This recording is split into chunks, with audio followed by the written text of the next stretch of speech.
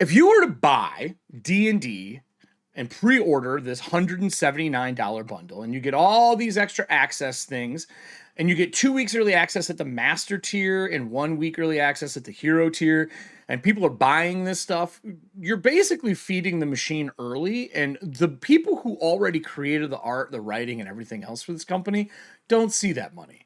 The only people who see this money are the C-suite, and they get to pad it, and they get to go to whoever they talk to for their financials and for all of your yearly reports and go, look how much we sold when the books aren't even fucking out yet.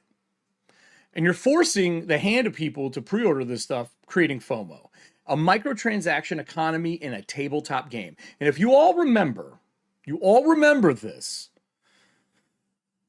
D&D said that they were under-monetized. Do you all remember that conversation earlier this year? They were under-monetized, that they were going to change their structure for how they were going to do it. We still don't know what the cost of D&D Beyond is going to be. The leaks from inside earlier this year were like $30 for D&D Beyond. So you're spending $179 plus $30 to get their digital VTT and D&D Beyond put together, if that $30 is true. But right now you're pre-ordering to get these books to look at them in advance, and you're not going to be playing it with your friends unless they also do the same thing. This is just sleazy. It's just sleazy. They make a ton of money. And if they had confidence in the work they were doing, and I'll tell you what, after Planescapes, after fucking Spelljammer, they shouldn't. I don't know what got cut when they went through and redlined everything in those books, but they left out ship combat for Spelljammer. I will harp on this till the cows come home. I don't have faith in this company to produce something for me when they've even said it's the same edition you already love, just updated with better layouts to make it more readable for people. That's all fine and dandy. But me paying $179.97, fuck the change, by the way, on that one. Were you playing World of Warcraft? Are you worried about the guild? So you're putting the 97 cents in to make it more appealing because it's not 99? Like, really, people, don't buy into this. Just wait. Just go get it on Amazon the same day. Go get it at your local game store the same day. Don't give in to this bullshit. All the frames and things like that they can give you. If you are a digital subscriber and you want to do the digital part because you only play digitally, and I hear you, I'm primarily a digital player nowadays. I play physical once a month, twice a month when I run for companies and people out here, or if I'm at a convention, I play physically. But I'm not going to give money to them early when I haven't seen anything from the DMG, anything from the Monster Manual, which isn't until February of 2025. So instead of doing this, I'm going to opt. This is the part of the show that I'm excited about. So I'm going to say this. Fuck you, D&D. You fucked up again. That you've made too many fucking mistakes. You've stubbed your toe and tripped and somehow kept climbing the hill. And I'm tired of it. You knew when you put this out, I guarantee people inside of your company went, guys, this is a bad idea. Having 2 weeks early access for people are going to be mad. And you know what? They are mad. All the comments, there's 205 comments on this Dungeons and Dragons post as of, what is this, June 28th? They put this out, and then they've updated the image, and there are so many angry people in this post, it is ridiculous. Sure, if you buy the physical plus digital, you save $20. Sure, if you buy the digital plus physical and get 2 sets of them, you save $60. But you don't know how this is going to be. And if you already have 5th edition, you can keep playing it. And what I will say to this is very simple. D&D, you're not willing to be at Gen Con anymore. You're mad at them for something, right? And I know, as someone who's been in this industry for a while, you're going to throw your own fucking convention like Blizzard did. And Blizzard did really well with that for a while, until they didn't, because they got so greedy with a $60 mount that now they're struggling to save themselves. So much so that when they, fucked over Overwatch 2 players with their season pass, the players let them know. The people who were buying their game said, nah, G, we're not doing that. And you know what? That's going to happen to them too. It's going to happen to D&D if they keep this crap up. It's happened every time. Every time. Every single time. I don't think the inherent price books on these books are bad. They're great. They didn't raise them. A lot of smaller publishers have had to raise their price points over the years. But if you're going to Gen Con this year to play an Adventure League, play 5th edition. Don't play whatever this one is. If you want to learn early access, that's on you. But remember, every time you touch base with Wizards of the Coast with something that is the 2024, fuck it, 5.1. I'm calling it 5.1. It's not 5.5. If you're there to go play 5.1 as a playtest and see if it's good, I don't disagree with you. It's your money. You're going to Gen Con, have a good time. I'll be there. We can sit down, share a drink, talk trash about it. Or you can tell me how much you loved it and why. I will always listen to the other side of the argument. But whatever you do, remember, they were too good to be at Gen Con, but they have all their people running games there. Their game releases in September. Instead of having a big release at Gen Con and selling a bunch of the physical copies. Do you want to know why? Now, this isn't tinfoil hat. This is pretty true. When a book releases at Gen Con and it is not received well, that book fails. Happens every time. If you release a board game, a book, whatever, at Gen Con as a big release, and people wait in lines to pick up your book to get a copy because they're super excited, and the first impression of that book is bad, you get flambéed publicly.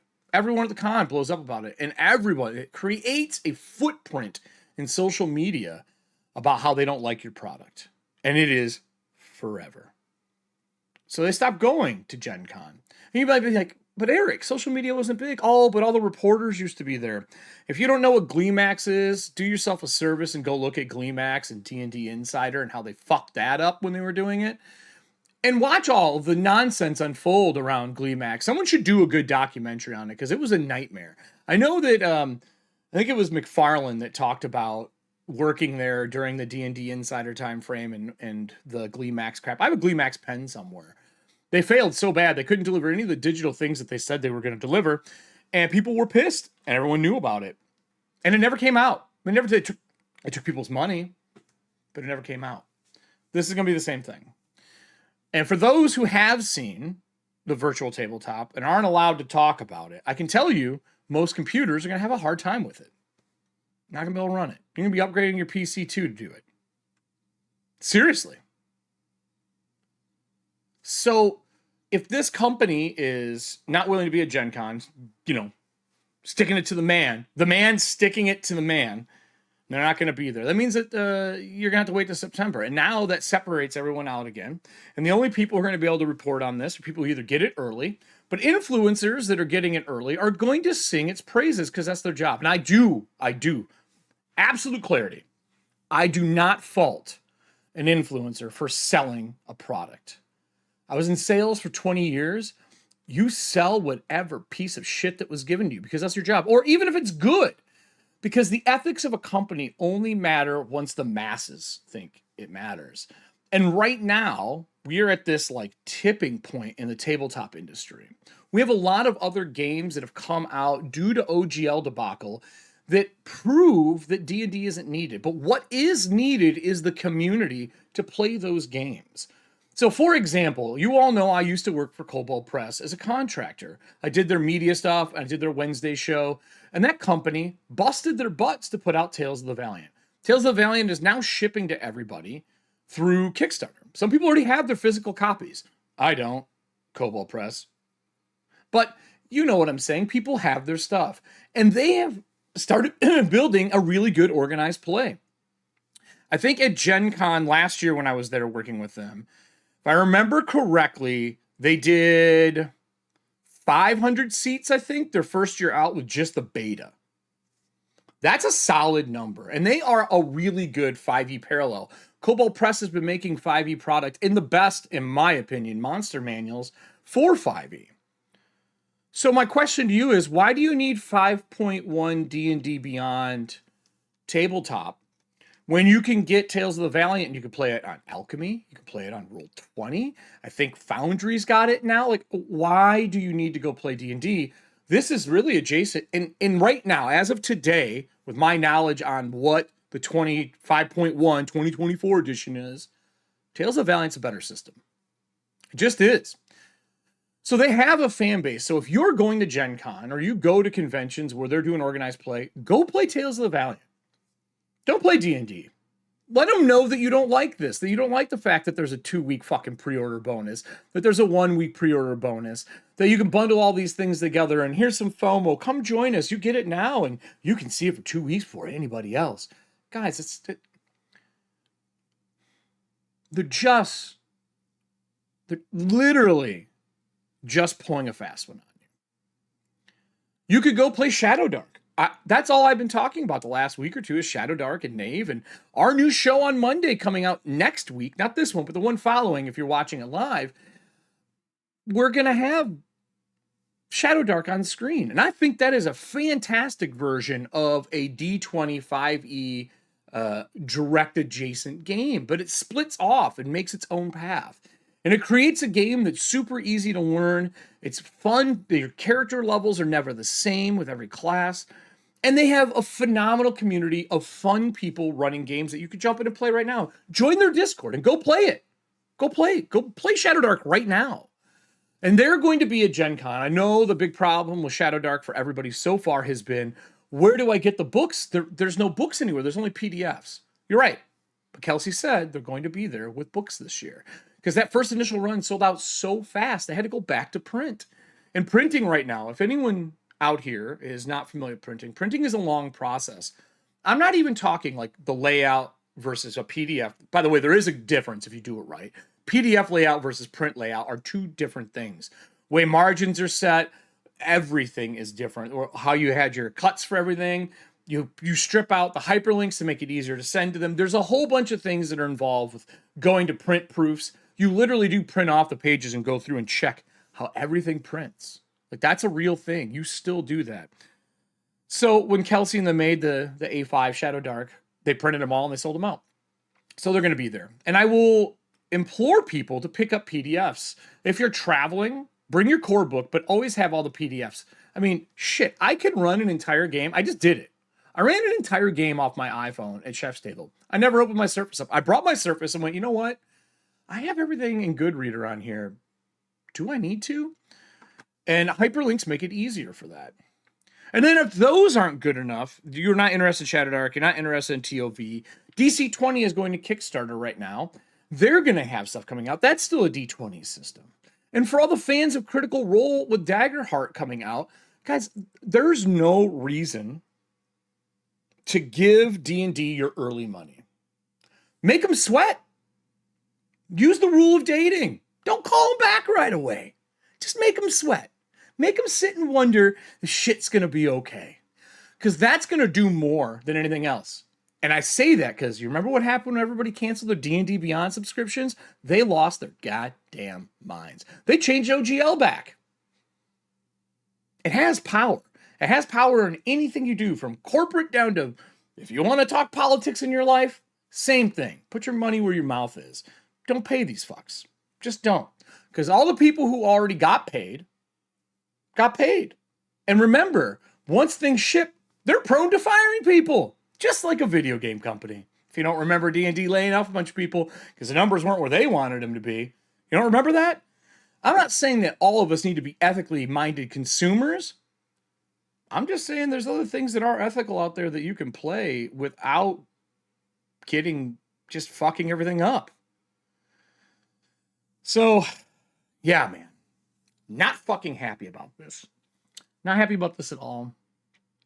What do you guys think? The audience has been talking a little bit. Let's go back over the audience and kind of see what they're saying here. And if you're watching this video, and this is the one I cut from the stream, go watch the full stream. We're going to dive into a lot more of this. This is just from the center of it, but I just wanted to get this off my chest. And again, just to clarify everything, when we are looking at this sheet for 2024 D&D a la 5.1, they are asking you to buy a bunch of digital product in advance as like a bonus. You're getting digital dice sets, frames, backdrops, early access, 2 weeks. And I don't even know what the master tier is.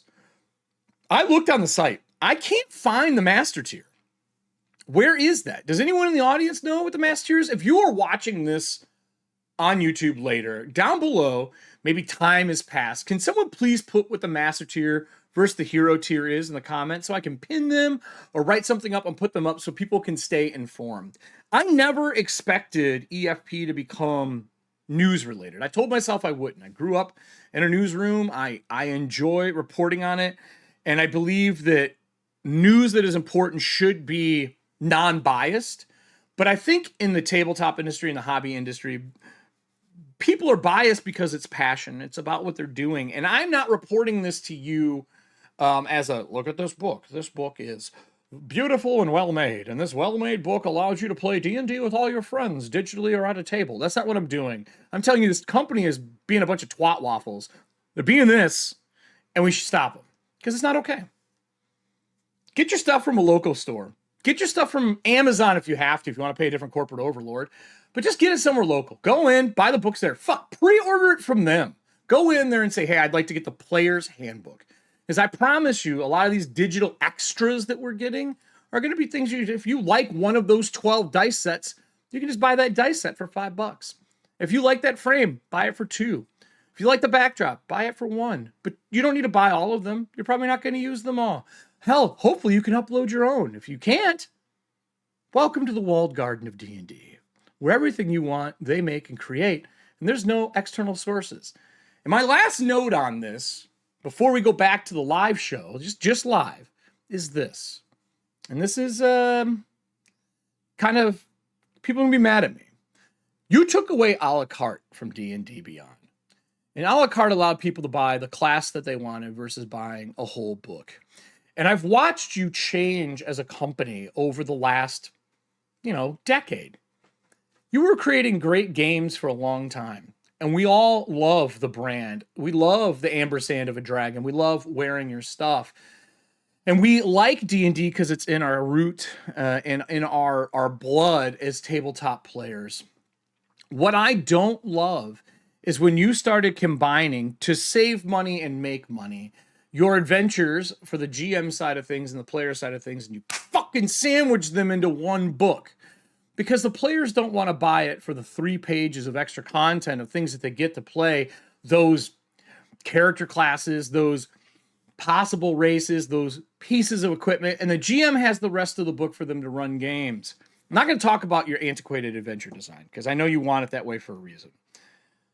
But when you took a la carte away from D&D Beyond, which is great, because if they wanted something from that book of whatever came out for Spelljammer that you failed at, whatever that one piece is, they could buy it and enjoy that as a consumer still.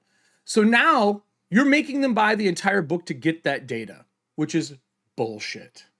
Because if they don't want that whole book because they're not running the fucking adventure, you should let them buy it a la carte. And in the comments in that Facebook post that I have that I'm looking at from D&D, people are talking about how I'll never go back until a la carte comes back.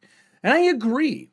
People don't want to spend $50 every time to get a book with some rules, maybe for the player, but most for the GM, because your books are really adventures, that part of the book is a little bit for the PCs. No one wants that crap.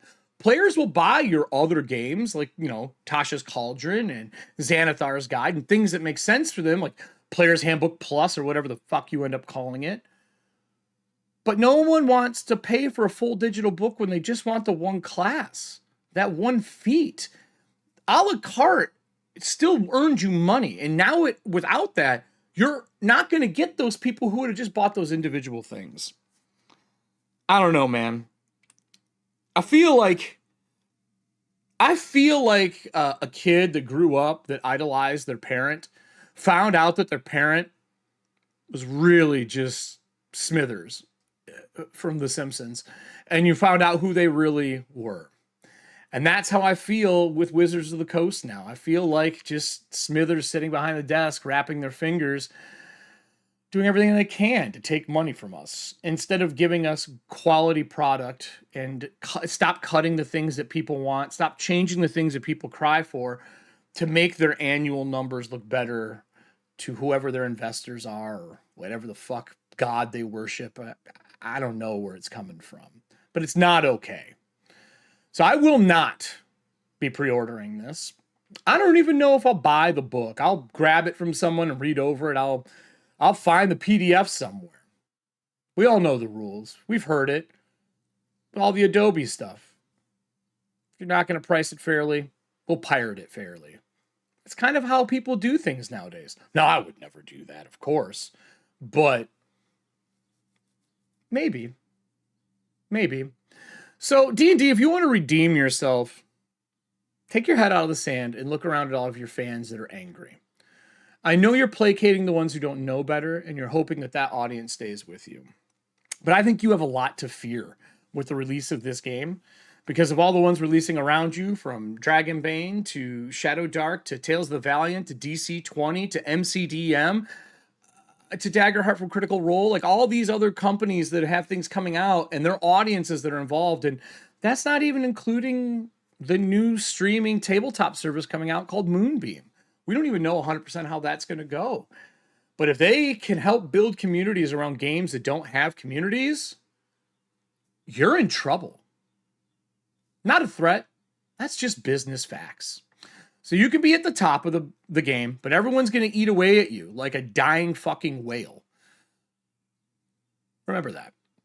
Or you can do the right thing and give the people what they want. Remember when you changed the OGL back? Everyone was happy. People looked away from all your shitty decisions. You know, it's like bringing flowers home when you're out too late, except you did way worse. That's it from me here for this lovely piece. If you're watching this YouTube video, I'd love to hear your comments down below. I am going to keep reporting on this as this comes out because, you know, I was trying not to be an angry person on the internet. Even though, Drew, this video was for you, we all know that my anger makes you happy. And I've decided that maybe I am going to be a little more opinionated when it comes to this stuff. I never will be like that during a live show. I'll never be like that during our actual plays, that kind of stuff. I'll never do that. But clip this stuff. Share it. If you like what I have to say, share it. Because I think that this is bad. It's just bad. It tastes bad. Thanks for the Toxico kibble. That's what I'll say. Thanks for that kibble. Enough of this shit. Thanks for watching this. There's videos on the side for you to watch, and there's going to be a subscribe button. Please do that. We're trying to hit our 500. Also, a quick shout out to the OGGM. Thanks for shouting me out on your Saturday stream, I think it was. It was really nice of you. To the rest of you, as always, I am here to represent gaming and what I love in it. And if you don't love what I love, that's fine. There's a lot of other creators out there. Go find them and fuck off.